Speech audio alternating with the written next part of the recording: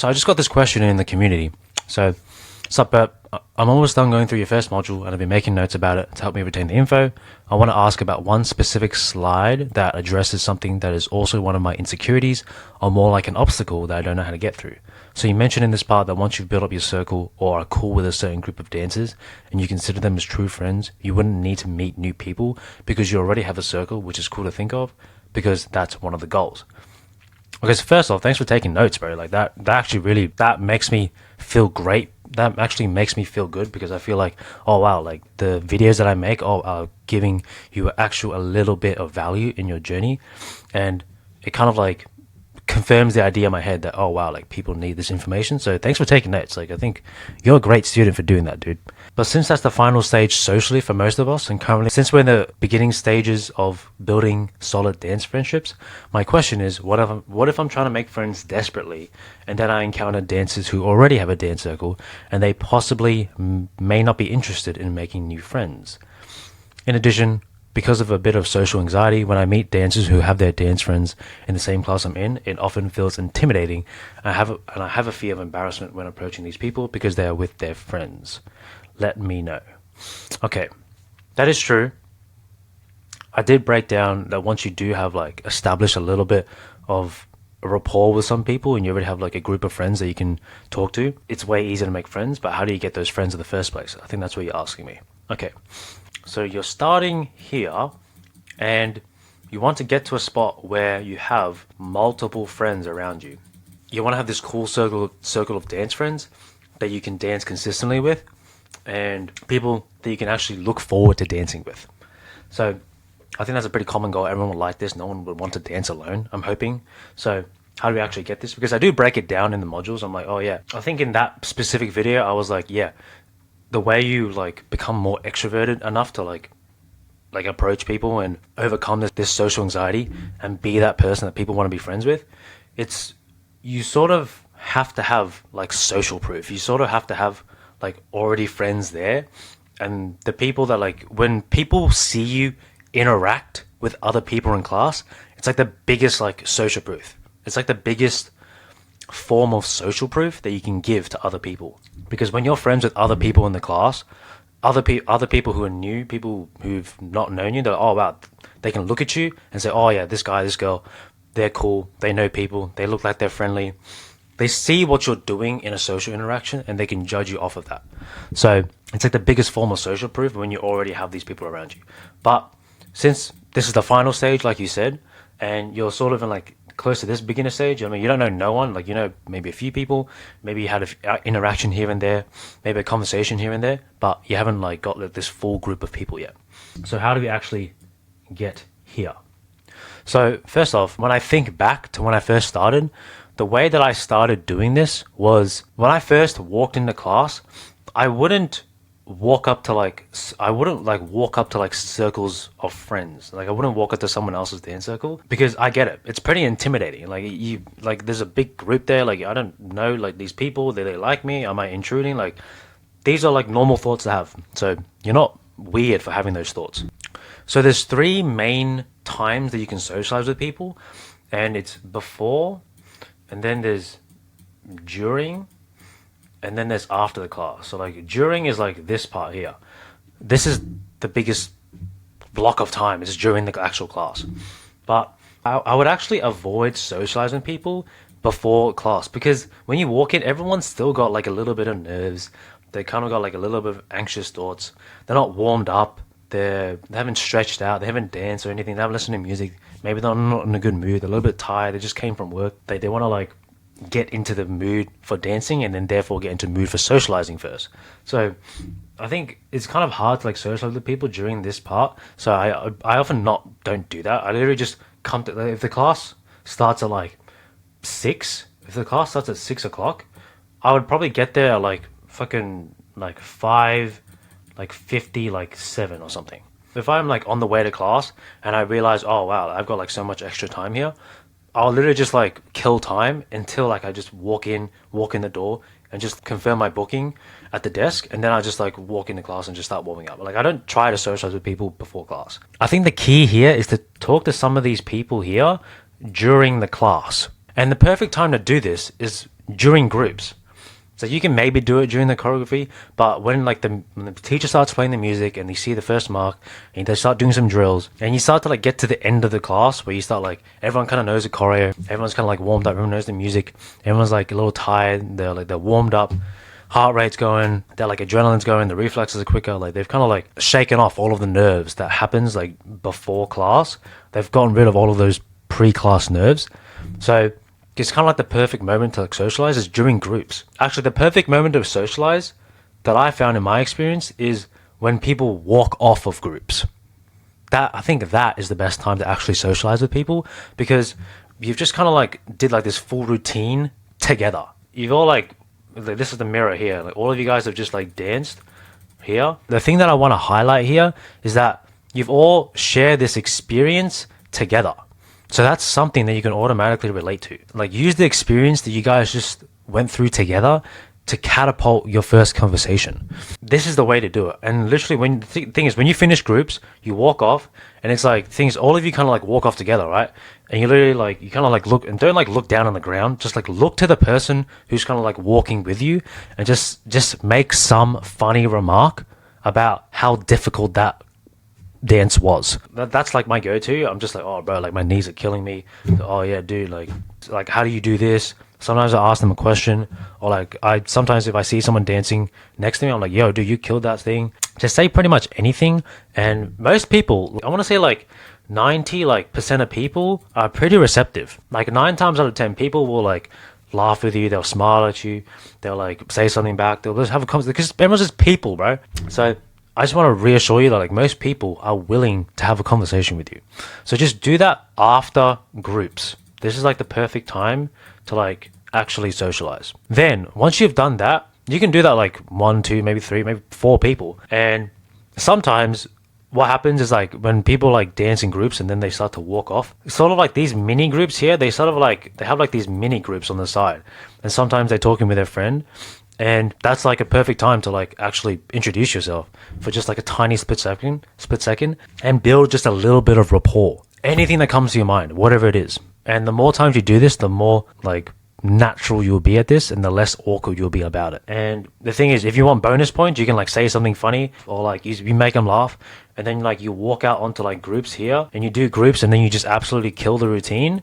Then that's like bonus points. That's like mega aura points. Okay. If you can do those things, if you can like do the routine well, and then you can also like actually make people laugh with your jokes, then that's like easy friends right there. Yeah, so once you do this, you build rapport, you just like say a few things, you just share like a quick little 10-15 second conversation, and then like you just get back into locking in and just like focusing on the routine, focusing on the dance. And then after the class this is like the time where you build on that rapport, because you make the first move during the class.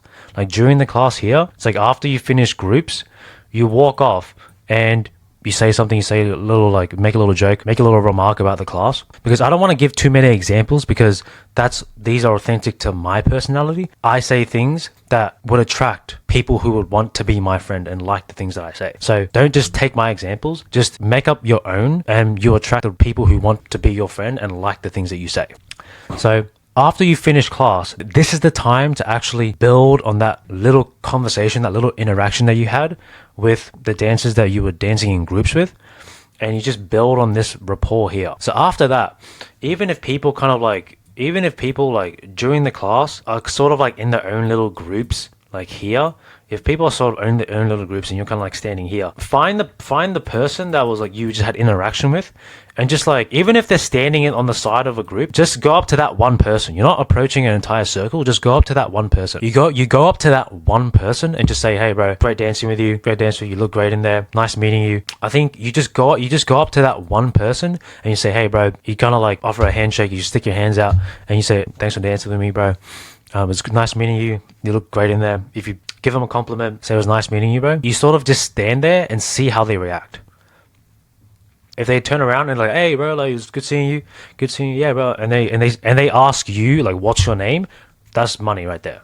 They want to be your friend. They'll start like asking questions. They'll try to have a conversation with you. They'll interact with you, and that way you can. And thing is, like you can talk with like this person here, or maybe this person's like also paying attention to you, and that means you and him, or like maybe him, and like her, like another two, three other people, like you all split off, and you're kind of like split off and like doing this tiny. You make your own little circle of conversation because that's how you do it. You can't like approach like an entirely new group of people and you don't know anyone there. Like that's not gonna work. You can if you have like massive like balls, like if you have like big dick energy, you can probably do that. Or if like you're kind of like known in the dance community and like you're a teacher or something. But like typically you want to approach people that like you know in the circle. You just single out one person and you approach them and you have a conversation with that person, and then you just form your own little conversation. And like the thing is, these other people, they'll kind of like spill off their own things. They'll talk to that person, this person will talk to this person, this person will talk to that person. Like everyone will change circles eventually. I don't think it's rude that you do this because no one's having like that important of a conversation. No one's really having like so important of a conversation that they'll like get annoyed at you for like interrupting them. I think in my experience, I've been lucky enough to not go through this, and I've heard maybe in like some other. I know like I have like friends who are Chinese dancers. They're from China. They trained in China. And they sort of like, they told me like how some teachers would actually not want to be friends with some students because sort of like the social hierarchy there. They were like, the teachers would be here and the students would be down here. And like all of these students, like they would never be friends with these people, which is kind of like a dickhead move in my honest opinion, because like these people are your students, they want to learn from you. Like and also if you're a nice person, these people are going to these people are going to spread the positive word of mouth that's going to like be good for your career. It's like if you're a great dancer but if you're a dickhead and you don't talk to people, that's going to spread. It's like these students are going to tell other students that like, oh yeah, like you're a great teacher but like you're not a nice person to be around, so like automatically you're losing points in your career. But yeah, like I think I'm quite grateful that like in Melbourne, Australia, it's like the culture's opposite of that. Like the culture in Melbourne has always been like community centric. That we care less about like impressing people, we care less about of like this social hierarchy that's maybe a little bit more prevalent in other countries. And I really hope that like you are dancing in a country that doesn't have that. In my experience at least, you might have like maybe some teachers in the dance circle or like maybe some like advanced dancers in the circle that you're approaching.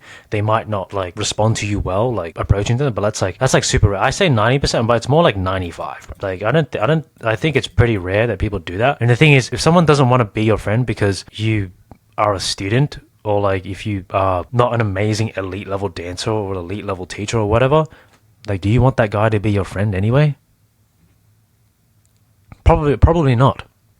So I think it's completely okay that you don't, like these people like don't want to be your friend anyways, because you don't want to be friends with those people in the first place. So it's an immediate filter that you can have with those people. That I think that's how I would do it. The main conclusion here is that I would literally like don't show up like too early to class. Don't kind of like be in that weird limbo phase. So don't show up to class too early. Don't kind of like, if the class starts at 6, don't show up at like fucking 5:45 or something. That's, even for me, that's too early, because you're gonna stand around 15 minutes like just sitting in your nerves, just kind of like waiting for class to start. And then you add on like a little bit of like that approach anxiety. If you add on that as well, then that's gonna like make things really, really hard for you to actually start approaching people. So always get there a little bit later, a little bit closer to when the time of the class starts, so you kind of avoid this weird awkward limbo phase before class starts. I just personally haven't seen much success in doing that, but I always approach people during class. I always do it during this time, and just do it during groups. When people walk off, just turn to the person next to you and just like make some funny remark about how hard the class is. That's my go-to. That's like the perfect time to do it.